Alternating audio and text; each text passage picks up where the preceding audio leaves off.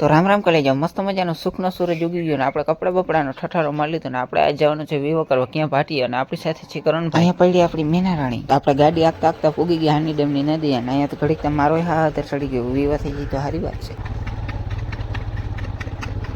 તો આપણે એક માઉન્ટેન જીવની ઘૂંટડી મારીને જીવના જોખમે ગાડી કાઢી લીધી. તો વાતુમાં અમે પૂગી ગયા કલ્યાણ. આ છે કલ્યાણપુર, તમે તો કોઈથી જોયું નહીં હોય. જય માતાજી, હવનું ભલું કરજો, શરૂઆત મારાથી કરજો.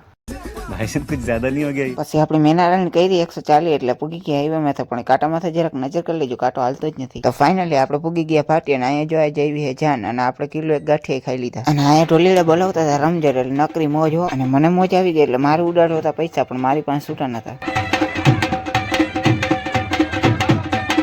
તો અમને આવતો તો કઈ રવડો માથે હા એટલે અમે ઉસું ઉપાડીને જોયું તો અહીંયા જમણવારી ચાલુ થઈ ગયું. હાલો ફટોફટ જઈને આપણે વાહે રહી ગયા. તો અમે ધક્કામુક્કી કરીને ગમે એમ કરીને લાઈનમાં કરી ગઈ, કેમ કે ખાવામાં આપણે કોઈ દી વાહે રહી જ નહીં. તો આપણે ભરી લીધી સલસલતી તારીને હાલો બાખાજી કી બોલાવવા માંડી અને ભેગી હતી આઈસ્ક્રીમ એટલે મૂકવાની થતી જ નથી હો. તો ખાતે ખાઈને પછી આપણે આવતી હતી નીંદર એટલે આપણે આવ્યા હતા આરામ કરો. તો આપણે હવા કલાક આરામ કરીને આપણે મોઢું ધોઈ લીધું ને હવે જવાનું છે આપણે ઘેરે.